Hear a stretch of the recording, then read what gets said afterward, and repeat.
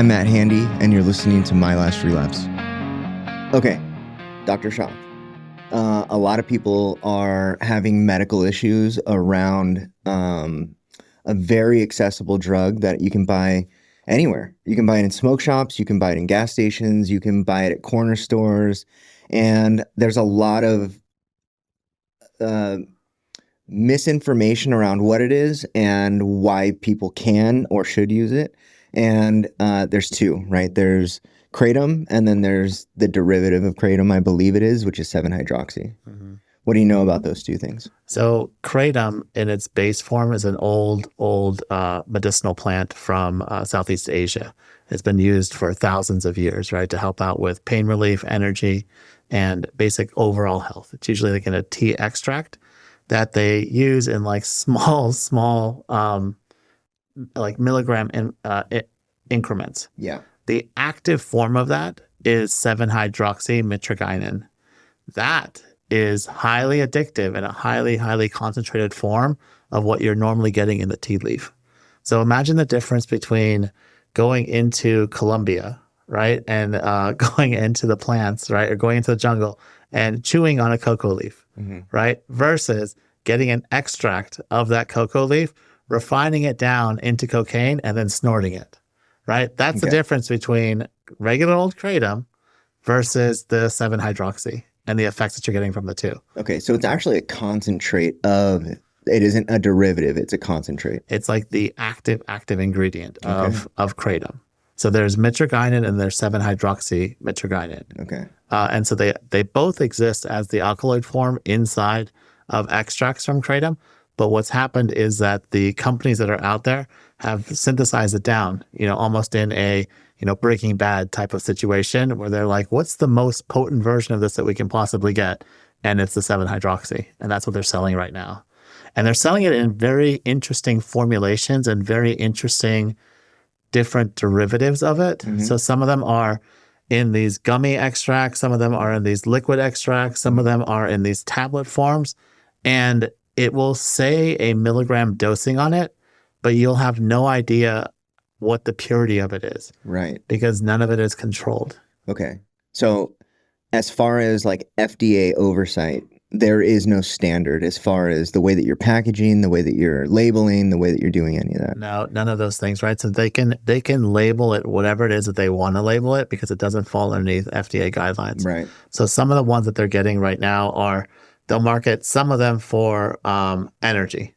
Some of them they'll market for, like antidepressant. Some of them they'll market for opioid pain relief. Mm-hmm. Some of them will even market for like if you need to come off of an opioid, right? You can use this as a less addictive substitute for it. Yeah. And so you can basically say whatever you want because it's not FDA regulated. And so it's in this gray zone between FDA regulation and just wild, wild west. And it's just right now it's the wild, wild west. It is. And there's a lot of money in this. You see it like premium packaging. You see like there's companies that are dedicated to this. Yeah. The distribution, not just the distribution side of it, but also like the refinement and the delivery of the drugs, right? Yeah.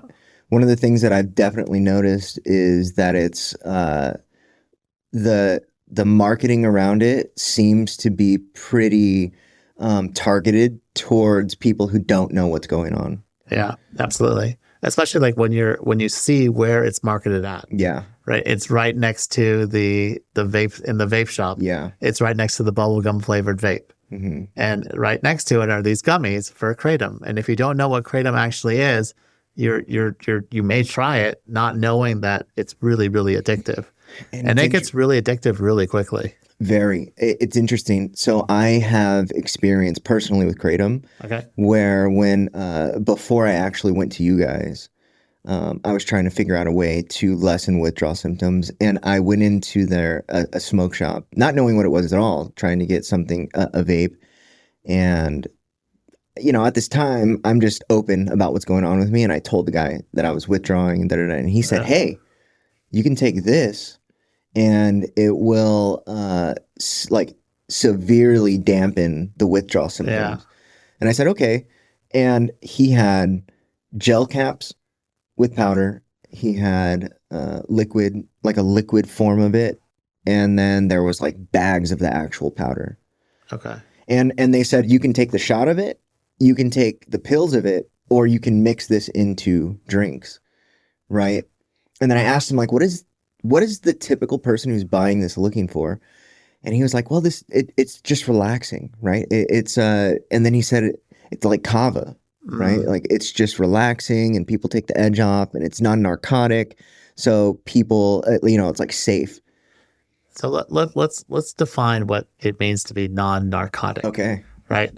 By definition, something that's non-narcotic is something that's not a controlled substance, right? And so if it's a controlled substance, right, it's a narcotic, Okay. right? So anything that's a not like tramadol is technically a non-narcotic substitute, right, for an opioid, but that's because it's not defined as like a class two, or I think it's like a class one, or like it's a different class of it, right? Yeah. In But this it's still addictive, in the way right? that DEA schedules it. Right, the way the DE schedules it, right? So it's like it's really misleading to classify something as like non-narcotic when it still has the particular like addictive effects of it. And So for me, the main thing that I look for to see if something is addictive is there a huge dopamine release that happens when you take that particular substance. okay. And so when you take the kratom, huge surge in dopamine. So there's two effects that occur at different dosages of the kratom. At lower dosages, you get between like 1 and 5 milligrams. What you're getting is you're getting a dopamine release. So it gives you energy and it gives you like wakefulness and all of those things. At higher doses, like between 5 and 10, it starts to give you that calming, sedative effect, right? That relaxing, nourishing, like I can like settle into my body. And then even higher doses, right? It gives you like the pain relief effect. And Okay. so if I was an addict, right, and the saying goes, right, if one is good, right, what's even better? Two. Two or 10 Yeah. or 20. Hmm. And so I'm having patients come in on like the most I saw until this last week. And I'm actually really glad we're doing the podcast this week because in the past week I've had 4 patients come into the hospital, and one of the guys was on more kratom than I've ever seen in my entire life. He was on 400 milligrams, and this guy, his withdrawal symptoms were unreal. But we can get into that. 400 daily or I'm sorry, weekly? 600 daily. Holy Yeah. shit. And then the other guy that came in was doing, I think 450 daily. And the guy underneath the other guy was doing 300. The other guy was doing 200. And I was just like, it blew my mind, right? Like how much they were taking. And that's the most I'd heard of in a while. Because the most I'd heard of before this 600 guy was 300. That's interesting. So what you're saying is you're seeing a spike in use. I'm seeing a spike in use, and I'm definitely seeing a spike in the number of people that are coming into the hospital for kratom withdrawal. Like like we admitted 12 patients in the last week. 3 of them were kratom. Okay, so you talk about the withdrawal, right? Let's talk about what it actually does to the brain. Okay. Like what is it attached to? Why does it attach there? And what is with the withdrawal symptoms? Yeah. So the active site inside for the 7-mitragynine or 7-hydroxymitragynine is the mu receptor inside the brain. Okay. It's the exact same receptor that's binding onto the fentanyl and to the opiates and all of those things. So it's an opioid-like receptor, but it's a partial agonist. And so it only slightly opens it up, not fully opens it up. But it also has some effects on the adrenergic site, so the norepinephrine, epinephrine, and then also the serotonin. So that's where some of the antidepressant effects come from. Okay. But for us, what we're seeing in terms of the energy and all of that stuff and the withdrawal symptoms that we're seeing, like as a behavioral neurologist, what we're noticing is that their symptoms are more of a dopamine withdrawal than it is an opioid withdrawal. Because for an opioid withdrawal, what I'm expecting to see is them with like crying, goosebumps, with diarrhea, hot and cold flashes, abdominal cramping, and severe restless leg. Yes. Right? That's the opiate withdrawal. But for the dopamine withdrawal, all I'm expecting to see is the severe restless leg. Yeah. And that's what they're coming up with more so than anything. And so those first like 24 hours, the guy that came in on the 600 milligrams, I had to put him on, I put him on phenobarbital, Depakote, Precedex strip, which I maxed out, which is like a muscle relaxant. He would not stop shaking. Like Yeah. the nurses were like, what is going on here? Right. We've never seen this before. And I was like, oh, that's kratom withdrawal. Because we just started a new hospital. And so that new hospital had no idea what they were in store for with these withdrawal patients. And this guy was huge. He was like 600 pounds. And like the nurses were afraid that he was going to fall on them because he was so unsteady on his feet and he was just twitching and moving around. We finally got him to calm down and settle down after I gave him like 2 doses of diazepam, which I did not want to do because I don't want to give them benzos when they're coming off of this. I would much rather them get through the dopamine withdrawal than to like drug them up on something. But at the 48-hour mark, he kind of calmed down and he's doing great now. Okay, 2 things then. The crying of the opiates withdrawal, it's really a tearing, right? Yeah, it's a crying. Yeah. It isn't like, because there is typically a lot of crying, but it's two different things. Yeah, it's lacrimation that's going on. Yeah. Right, where your eyes become really watery. So it's not like an emotional crying. Right. It's more of like yeah. Okay, so what is the typical length of a withdrawal symptom for a moderate user? For kratom? Yeah. Okay, so because I'm having to redefine what moderate is every single day, right? Okay. Because of the amount that they're coming in on. So before I would have told you, oh, moderate's around 100, 150, right? Okay, that's what I was thinking as well. Now I'm thinking moderate is like 300. Gosh. And that's still super high. Very high, and it's very expensive. Have you ever seen the pricing on this stuff? They tell me how much they're taking. So because I don't know like what each amount is, in terms of like how much concentrated is this one, like how concentrated is this one, I'm assuming that the market value kind of dictates like which one's better than the other one, because the more of a high you get from one of them is the more pricing it's going to be. So I kind of gauge it based upon how much are you spending per day on it. Okay. So if you tell me if you're coming in and you're like, Dr. Shah, like I'm spending like $200 a day, I'm gonna be like, okay, like that's kind of a lot, right? Yeah. But if you're like, I spend $50 a day, I'm like, okay, maybe it's not as much, but then they'll bring in the packets too. Yes. So this guy brought in a packet and it was like 4 pills and it was 200 milligrams. So there were 50 milligrams each. And I was like, how are you taking this? He was like, I would wake up in the morning and take 200 milligrams just to get going. And I was like, and he was like, just to get going in the morning. And then I would then take it throughout the day. And that's how I got up to 600 milligrams. Early in this conversation, you said 1 to 5 milligrams is where the energy happens. Yeah. 5 to 10 is where the relaxation happens. And then anything after that is where the pain relief happens. Yeah. What are people using 200 milligrams for? I don't know. I really, really don't know. Right. And I think what's happened is that they are not, because it's such a large dopamine release and a large dopamine surge, that I think what's happening is that they are very quickly becoming accustomed to that dosing. And so they're chasing more and more and more because they're not getting the same relief that they were getting before. Because once you get, it's the hedonic set point, right? Once you take a substance for the very first time, you're never going to get that same amount of dopamine release on the subsequent uses. So you're constantly chasing that over and over and over again. Is it like a systematic diminishment, like diminishing on the dopamine returns that you get? Like, is it systematic in how it decreases, or is it just a gradual kind of arbitrary based on your chemical makeup? I don't know if it's, I wouldn't be able to like graph it. I just know that over time, it gets, you have to start taking more and more to get that same release. So it is very expensive and it's also very easily accessible. But one thing so there are, the way that it's marketed, different strengths, right? Okay. And so for example, what I saw was that there would be 25 milligram bottles, shots, right? These little, you crack it off and drink it. Okay. They were all 25 milligrams, but there was different strengths. Okay. Wait. They're all 25 milliliters. Milliliters. Right. So milliliters. The concentration changed with the volume in it was the same. The exact same. Okay. Then that makes sense, right? Because like, so I also did a master's degree in alternative medicine. Yes. And so, the kratom is kind of falls underneath that category, right, of alternative medicine. That's why Yeah. you get all these influencers and all of these like, natural health people saying, "Oh, it's great, it's amazing, like don't take this away." They are not getting that version of what they're taking versus what like the addicts and alcoholics are taking at Right. such a high dose.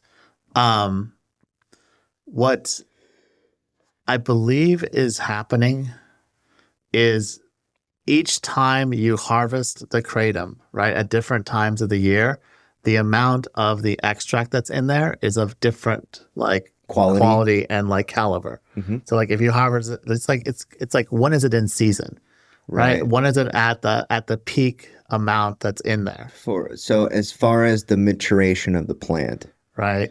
and And how much concentrate are you getting out of it, it'd be right? interesting to see because a lot of this is like a Southeast Asian plant, right? Um, where it's pretty much tropical year round. Hmm. I wonder if this is a multi-seasonal plant. I don't know. Like okay, Yeah, so I totally understand what you're saying, right? But yeah, there's got to be a peak harvest season, or maybe it's just a peak harvest point of maturation, like right? marijuana. Yeah, yep, I could see that too. And then it's like, and then what do they do when they refine the process, Right, right? But this goes back to the whole fact that it's not FDA for regulated. sure. So, Dr. Shaw, I assume that what people are initially seeking this out for is some kind of like relaxation or relief. Yeah, Um, or energy. or energy, right? Because there's a lot of conflicting information out there about what this actually is and what it does, and all of the benefits of it, Hmm. and honestly, the dosing. Um, and you're right, where it's like, yeah, these health influencers, they're talking about doing something way different than the addict who's seeking. Yeah. And I wonder, like, how connected is this to the quieting of the amygdala? So we it's probably really related to that, Yeah. right? Because we've talked about dopamine being like the number way to quiet down the amygdala, Yeah, but and it is not the correct route that we're trying to go. yeah, we're not trying to do that. We're trying. It's what's the healthy quieting of it down, Right. Long right? term, lasting, healthy way to quiet it down. And this actually is a very effective short term, Yep. but also has a lot of negatives. Especially with the amount of dopamine that you're getting in such a short period of time, that's where the danger lies. Yeah. And so what you're getting, the severe restless leg that you're getting from that is a dysregulation of the dopaminergic system. I think what's happening is that a lot of the people that are using this that I've seen in the hospital fall into two categories, right? The first category is someone who has no idea what kratom is Hmm. and took it and was like, oh, like this feels good, right? Let me keep taking it. Hmm. Or they took it for like back pain, or they took it for like some type of like analgesic relief. And they got addicted to it as the dosing increased slowly over time, right? And this may have been over the course of like, a month, 2 months, a year, Yeah. right? The other group that I'm seeing is addicts and alcoholics that are in recovery that are going to the smoke shop and then they're like, oh, like, let me just take some of this. This will feel good. Because addicts and alcoholics are notorious, or like one of the theories that they have a low dopamine state and that's why they're using is that they're going and finding relief from this particular substance. And because they're finding relief from it, right, they are very quickly escalating to higher and higher doses and they're becoming dependent upon it. And that dependency that they're getting from it is really, really hard to come off once you're there. When you talk about like the benefits of these types of things, so as somebody who like I am in recovery with a long history of opiate use, and when I took kratom, got no like psychoactive effect Oh, where that's really interesting. So yeah, you didn't get any relief from that whatsoever. no, Interesting. no. Okay. And so the question I guess would be is this just one of those things that people end up taking because it's not dangerous and then they develop this dependency? So there are things out there that like don't hurt you up front, but then become extremely dangerous later. And this is one of those situations where I see it. It's like there's no downside to it up front, Yeah. You're also not going to test dirty. Well, nowadays you can, No, right? so in our IOP, we're definitely testing for Yeah. kratom. Hmm. The cups that are coming out now have kratom in them, because it's so common now. Like Yeah. it's just there. If you had asked me like 4 years ago, like, are you testing for kratom? I'd be like, why would I do that? Yeah. Like that sounds excessive, Matt. Like there's no reason to do that. But now I'm like, you almost have to test for kratom because Yeah. you have no idea. Like you automatically kind of assume that they're taking it as a way of like getting off of it. Yeah. So I guess the question is, how do we educate people around the realities of what it is when you said there's those two types of people that are taking it? It's like the alcoholic and addict who's in recovery Yeah. trying to get some kind of relief, and then obviously the person who has no education around it. Those are the people that we would really want to target for education, because the addicts and alcoholics know better. No, they don't. Really? Really? You think the addicts and alcoholics know better? I know. You know better, right? I can't tell you how many are just like, what? What is that? Right? Or like, Really? they're in early recovery, right? I mean, if you've been around the block for a while, you kind of know, right? But if you're new in recovery and you're like, oh, like this is in the gas station, right? Are you really going to question that? Are you really going to ask about that? The other thing that I thought was scary too was that there's a lot of the drinks that are out there right now that aren't even marketed as that's has them having kratom inside of it. Did I send you that video clip? Yeah, that's Yes. the clip that you sent me, right? Hmm. Of the girl being like, "What is this?" Right? Yeah. We should put that clip into this Okay. into the podcast, right? And that's the scariest part is that they are marketing stuff as healthy and natural, but not really disclosing to you what you're actually getting inside of it. So in this clip, this girl kind of like displays this can, and she tells this whole story about like the Yeah. experience that she had.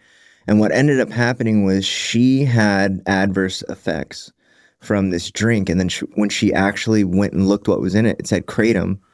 She had no clue what it was, right? Yeah. But she had this very distinct experience around it, which I think is interesting because she has to be like hypersensitive to it Or naive. or naive, because Right. when I think about my experience with it, it was like nothing. Yeah. Nothing. But I mean, like, come on. Okay.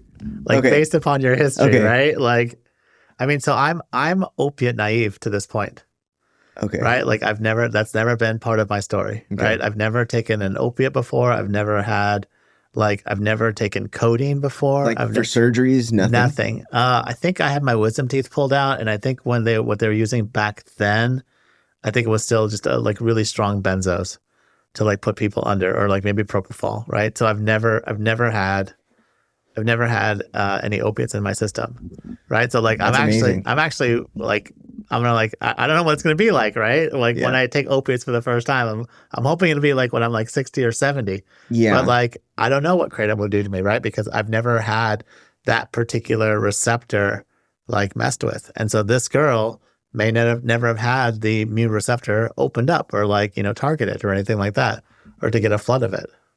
Yeah. So to kind of go back, they've got all like these like kombucha, Yeah. The whole market of these drinks and these health products that like they market to a very specific people, like the health conscious people. Yeah. And these health conscious people, I think, from the interaction that I've had with a lot of these people, is that they are very sensitive to caffeine and to like all this other stuff where it's like, but you see it with their caffeine use, right? With their pre-workouts and stuff where they very quickly build this tolerance to caffeine, and it's like they're eating scoops of pre-workout after like a few months. Yeah. And it's like very quickly, because of the nature of kratom, you can build up this tolerance, but then also this dependence, and then have no clue what hit you. Right. Like and then, you wake up one day miserable. It only hits you when you try to stop it. Right. Right. And then you're like, how do I get into the cycle? Like, why can't I stop this particular med? Yeah. And so that's a lot of times when they finally come into my office, and they'll go to their PCP, and their PCP will be like, I don't know what to do to help you. I'm not sure how, I don't know how you got onto this. I don't know how to get you off of it. But for patients that are at a higher dosing, it does require hospitalization. So that brings up a good question. How does the dependency form in relation to opiates? How does a dependency form in relation to opiates? So the theory that we have right now is that it's not an opioid dependency, it's a dopamine dependency. Okay. And that dopamine dependency is where all of the symptoms come from because it's not the classic diarrhea, abdominal cramping, Sure.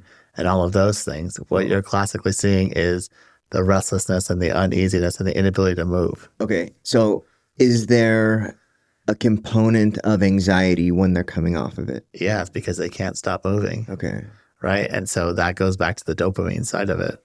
Like what I'm more interested in, right? Because your podcast called My Last Relapse, Mm-hmm. right? And so the audience for this is addicts and alcoholics in early sobriety. Mm-hmm. And like what are we telling them in terms of like what's the warnings around that? Like how quickly can you go down that road and how quickly can you form a dependency upon it, right? And my response would be probably in a couple of months. It's not something that you should be messing with in early sobriety or in any portion of your sobriety. Because I've seen old timers come in that were hooked on this too. So Really? the other population is old timers. Like I can think of like 4 guys that have come through and they have had long-term sobriety. Like I'm talking 20 years. And they're like, I don't know how this happened, right? Like, So question, does that break your sobriety? I don't know. I think you define your sobriety, but Right. of the 3 guys that I know that had the long-term sobriety, they all said yes. Oh, okay. They all picked up the desireships on that. Okay. Yeah, but it's up to them, right? I don't Yeah. define their sobriety, right? Like I mean, I've had people tell me that they've got, 30 years of sobriety, but they also just are like abusing their oxycodone, right? I'm like, okay, I haven't had a drink, right? I don't know. I'm not one to, I can't define your sobriety for you, right? Yeah. The chip says to thine own self be true. Yeah, for sure. So it's a very slippery slope, Yeah. right? And to kind of like full circle this, it's very dishonest, the marketing practices around this specifically. Do you know if like kids are actually taking this stuff? Yeah. Is there like, do you got to be 18 to buy it? No. It's in I know in the smoke shops you need to be 18 to go into a smoke shop. Right. But it's Right. at But gas it's also stations. available at gas stations and at health food stores, right? So Yeah. I don't know. I don't know if kids have easy access to this. I do know that like they are buying them from each other. There's Right? like Like Kratom dealers out yeah, there. and I've seen that. I've seen episodes of that like on TikTok about like kids going around and like selling Kratom to other kids, which I think is crazy. That is crazy. One of the things that I definitely want to talk about is someone was asking me the other day if I thought that this was like the next wave of like fentanyl like abuse or fentanyl, like the Kratom was going to be the next fentanyl. And I, In what way? in terms of healthcare crisis or in terms of an epidemic that's going on. And I think if you had asked me 2 months ago, I would have been like, no, not a big deal, right? But since I just saw 3 or 4 patients in the hospital in this last week on Kratom, I'd be like, oh, I don't know, right? It seems to be going in an upswing, Yeah. right? It's has not led to any deaths I was yet. about to ask. So that's where it completely differs, right? But the dependency is there, and it's a dependency in such a way that it's so uncomfortable to come off of that it's easier for people to continue buying it and spending money on it than to actually come off of it unless you go and seek treatment, right? And like it almost sounds like the perfect drug, right? You're no longer getting the relief from it. All you're getting from it is like, okay, I'm not having these terrible symptoms of withdrawal anymore, right? Oh So I my keep gosh. doing it because I'm not like in this restless leg. Like because of HIPAA, I cannot take pictures of these patients that are like doing it, right? But like if you saw this guy, right? Like he was just like this for like 4 hours straight, right? He just could not stop moving. Do you think that there is a neurological thing that you could point to that's are these seizures or is No, it? no, this is a dopamine dysregulation Okay, that's happening. explain that. So How does that translate into the shaking? Dopamine is responsible for movements, right? So a dopamine deficiency, like a true Parkinson's disease, leads to like the rest tremor and the shaking. So dopamine has multiple effects inside of the body, right? It's not just for Mood motivation, and right? And mood. Like one of the biggest components of it is movement, right? So all like the restless leg that they're getting is all related to dopamine, a dopamine dysregulation. And so as they're like moving around and writhing and all of those things, right? It's because that entire system has gone wacky. is that the same with opiate withdrawal? Is it the dopamine? That's when you're Oh, getting the restless leg stuff. Yeah. huh. So, but the stomach cramping and the diarrhea inside of the gut, that's a pure opioid receptor. Right. Yeah. Same with the sweats and the Same with the tearing. sweats and the tearing. Yep. Um, And the goosebumps, right? right. But the restless leg and the creepy crawlies inside of those, Mhm. that's all dopamine. So I imagine there's like a wide variety of symptoms that you're seeing. Um, what is like the level of like lowest severity that that you've seen somebody come in for, and then Okay. like the highest severity? So the lowest severity is I can't stop. I feel uncomfortable when I am coming off of it, and I'm taking like 50 milligrams. And what would the Maybe treatment be? I put you on phenobarbital for like 3 days, and then you're done.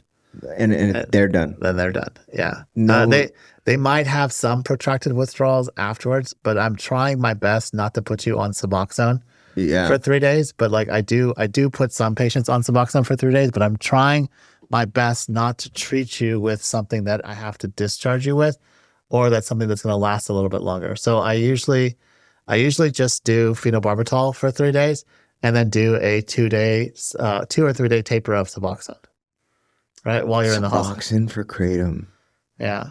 But that's only because I'm trying to get the opioid like effect from to the mu receptor to help out with that side of it, right? Okay. You could probably get through it on your own without it, but when they come into the hospital, right, they're like everyone's giving them Suboxone. So I can't not give them Suboxone. I would ideally not do it, but it does help some patients.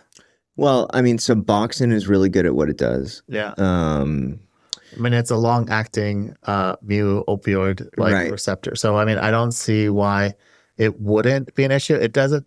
The one thing about it is that it doesn't displace the 7-hydroxymetrogynin. So you know how when like you're taking fentanyl and you take the fentanyl too early, or you take the Suboxone It too early, ejects it everything ejects off everything the. out. This doesn't do that. So Why? because I think they're both partial agonists. So it's like you take that half and I'll take the other Yeah, half. yeah. Or like, oh, like you're on there too. Okay, great, right? I'll hang out too. Yeah. Whereas the other one, like with the fentanyl, right? It's like it's Full. full Yeah. on, and then you're knocking it off. Okay. Okay. So then that's like the low side of it. What would the extreme side of it be? Like The where you're rest, seeing them the come in, and then how do you treat that? And how long is the withdrawal? so that one is I've got you on phenobarbital. I've got you on Depakote. I've got you on Suboxone after like the second day or so. I've got you, did I say Precedex? I got you on a Precedex strip. Uh-huh. And then if that doesn't work, then I'm giving you like diazepam. But like I'm trying not to, right? So like the escalation is if the phenobarbital doesn't cover it, then we go to the Precedex. If the Precedex doesn't cover it, then we go to the diazepam. And that's the stepwise process. Yeah. So you are calming them down and Right. then relaxing the muscles. And then if that doesn't work, then you're giving them The an diazepam. anti-anxiety as well. Yeah. Yep. And then usually that lasts about 2 days. I mean, it is bad, right? Like, I mean, I don't know if there's got to be something on like YouTube where there's people like some video of someone withdrawing from Kratom on YouTube, but That's interesting. we'll look it up, and if there is, we'll post it inside of video. this inside of here just to like link it together. Yeah. But it's uncontrollable restlessness that goes on. So the withdrawal symptoms, like the acute withdrawal symptoms, are fairly short. Yeah, if they're treated. Yeah. Right. But it's so uncomfortable that it could go on for like 4 or 5 days if left untreated. Okay. Right. Or what people are doing is that they're taking a low dose of it, right? Really hoping that it will help them out. Right. Instead of taking the 600, they're like, I'll just take the 200 today. That just prolongs it. Right. Right. Because you have to go through the withdrawal at some point. Yeah. So this is not like a taper type drug. Mm. So there's a lot of drugs that you can taper to curb the withdrawals, and then eventually, like if you had a good enough taper regimen, you would Uh-huh. never have a withdrawal symptom. This isn't one of those. I think every drug that we abuse, right, could have a solid tapering schedule, Okay. right? I mean, even alcohol, like Mm-hmm. the beer plan that I found online when I was trying to quit would have worked exceptionally well had I been able to keep to that beer For protocol, sure. right? The problem is that inside of the Kratom protocol, you have no idea what you're getting each time. Wow. So if you took it and if you didn't have the same quantity or even the same manufacturer, the different runs can have different dosings inside of those runs because none of it's standardized. Right? So like let's say I bought this packet and it was, Obey brand Kratom, Mm-hmm. right? From this store over here. And then I bought Obey brand Kratom from this store over here. They may have different quantities of Kratom inside of it because none Yeah. of it's regulated. So That's you would never interesting. be able to do a taper off of it because you have no idea what's inside of it. Right. Yeah. So that is one of the majorly dangerous things around these underground labs and underground Yeah. drugs, because there is no oversight as far as the manufacturing of the drug. And what you will see, and you still see this in pharmaceuticals, even with the chocolate chip cookie effect of when they're mixing the drug, there will be a Oh, pocket. yeah. Okay, interesting. That's what it's called? Yeah. The chocolate chip cookie effect. Yeah. Okay, where like one cookie gets more chocolate chips than the other Or one one does? part of the cookie gets more chocolate chips in it. And so you will Okay. have a massive effect. And so with like FDA approved drugs and like pharmaceutical companies, they Yeah. do have a much more they have a stringent Standardization. Like they of have to, quality. yeah, Yeah. and they have to run through. And so you're getting the active ingredient and then you're getting a whole bunch of like adders and fillers into it, right? But the Yes. adders and fillers have to be in a certain quantity and a certain percentage, and they can like take any pill off the run And and it's say the and say same. it has to be the same as this, right? And it runs within a plus or minus like 5%, Right. right? Whereas this one, who knows? Can massively Right. vary One from one pill to pill could be pill nothing, right? And within the the same batch. same batch, Yeah. right? Because who was looking at it, who's controlling it. My biggest thing is like what do you tell a sponsee as a sponsor, Okay. right? What would you tell? Like, okay, so you're sponsoring some guys, right? Yeah. What would you tell them about this? So as far as the education around it, first of all, I would say I would tell them what you said first. It's like I cannot dictate how you measure your recovery, Yeah. but this is a very dangerous chemical. First off, it's a dangerous chemical. You will end up in withdrawal if you become dependent on it. Yeah.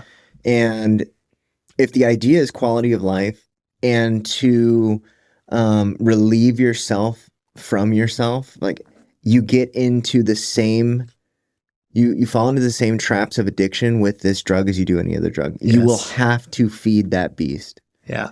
So I guess that's what I would tell them, right? Is avoid it because it's still a drug. Like, Yeah. The scariest part that I remember someone telling me was this was probably about 2 years ago when it wasn't as prevalent. yeah, He told me he spent his entire day driving around from smoke shop to smoke shop to smoke shop looking for this particular brand and this particular type of kratom. And whenever he found it, he would buy the entire box, right? And then he went and then he found another one, he'd buy the entire box, right? That would keep him good for like 2 weeks or maybe like a week. And then he'd have to go do the whole thing over again, right? Because he'd run out. And I was like, that sounds like searching and seeking behavior, I right? mean, That's classic drug addict for behavior. sure. I've Like, done the same thing for crack yeah, and heroin. yep. And, That's and so people are doing this for kratom, right? You can buy it off the shelf. That's insane, right? Like that story in and of itself, right, tells me that you don't want to mess around with this. right. If that's the behavior that's coming up from this. But when you start looking at the dopamine side of it and like what the receptors are that it's impacting and how quickly patients are like getting addicted to it, it's really scary. Especially the older ones and the ones that are in recovery, the ones um that are dopamine sensitive, right? And that like when they start getting something in their system that's dopaminergic and they start liking it, they have a really quickly a high likelihood of very quickly escalating onto that, like higher and higher doses of that. This kind of brings up a good point, or like a good segue into something is that so as an opiate addict, the number one fear is the withdrawal. And have you seen people move from kratom to opiates? I have not seen that yet, but we've that's one of the fears, Yeah. right, that I have. So let's go back to the young kids, right, the teenagers and all of that stuff. If you asked me, 15 years ago, what was a 15-year-old's first exposure to an opioid-like substance?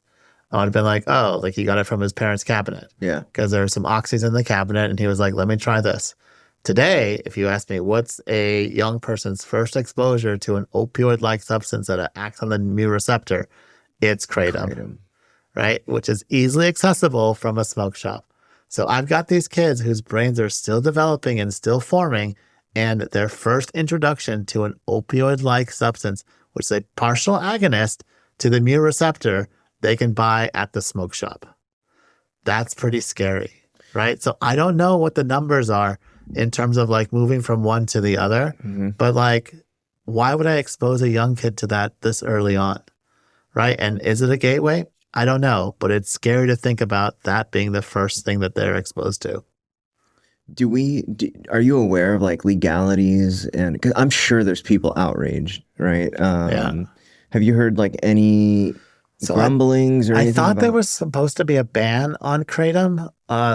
Somebody told me September September 1st? 1st of this year, there was supposed to be a ban on kratom inside of the state of Texas, right? Yeah. And I still see it. Yeah. So that ban specifically, what happened on September 1st was interesting, right? Because what they did was they repealed or they reacted against the Farms Act, which allowed people to sell Okay. Delta products, Delta 9 products, and like the THCA products. Okay. And in that bill, they also snuck in a bunch of language around vapes, where any Chinese components, any single vape that has a single Chinese component in it is now illegal. It's outlawed. They can't sell it. What? And they also That's just in Texas, or that was like just in Texas. They did this in Louisiana recently, Okay. and then Texas followed. Okay. And they also snuck in language around kratom. Now the interesting, I went into a vape shop on September 3rd. Okay. And this is how I bought this from a shop on September 3rd. And I went in there. I was like, hey, you guys are still selling everything? He was like, nope, that's free. I was Oh, like, what? yeah. I was like, really? He was like, yeah, but you have to buy this. You have to buy a charger. And it was $39 for the charger. And then they give you this for free. That's so funny. What were they doing with the kratom?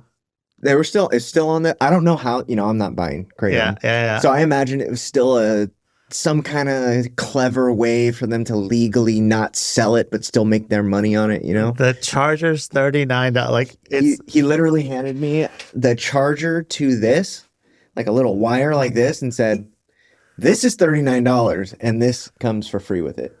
But you have to buy that in order to get that. I even said, well, I don't want the charger. He was like, you have to take the charger because this is what you're buying.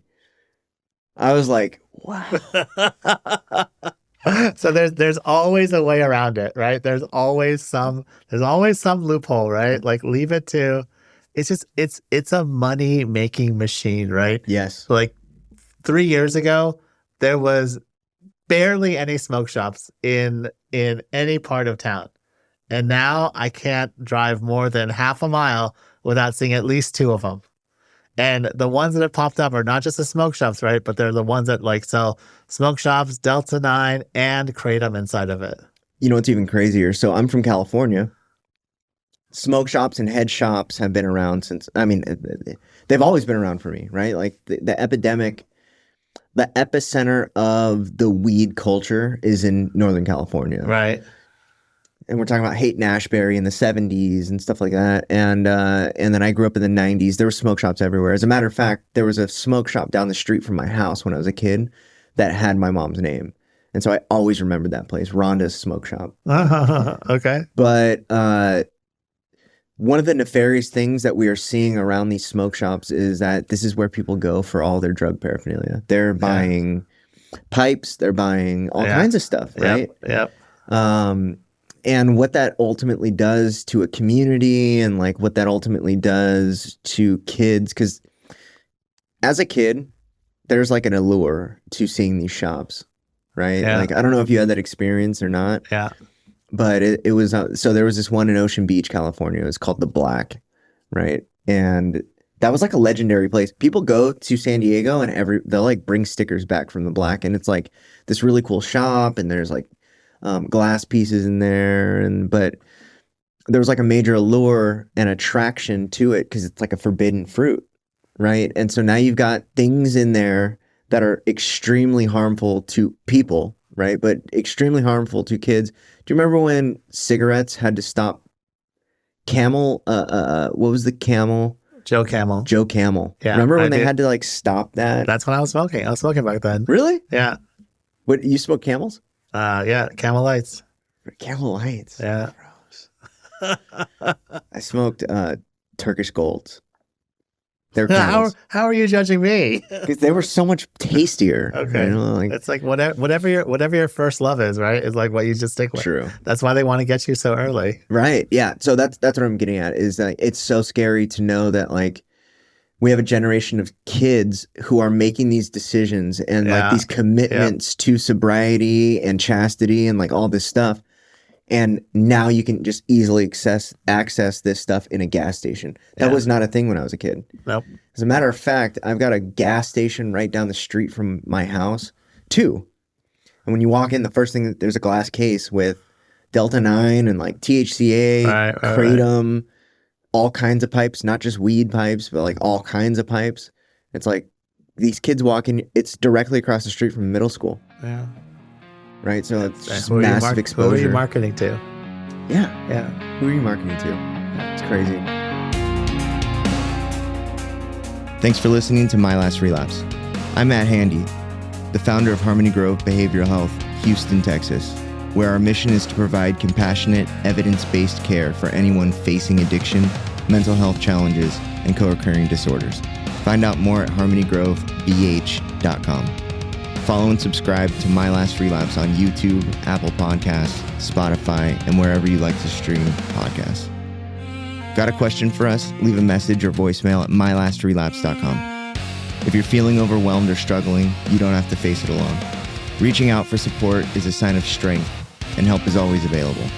If you or anyone you know needs help, give us a call 24 hours a day at 888-691-8295.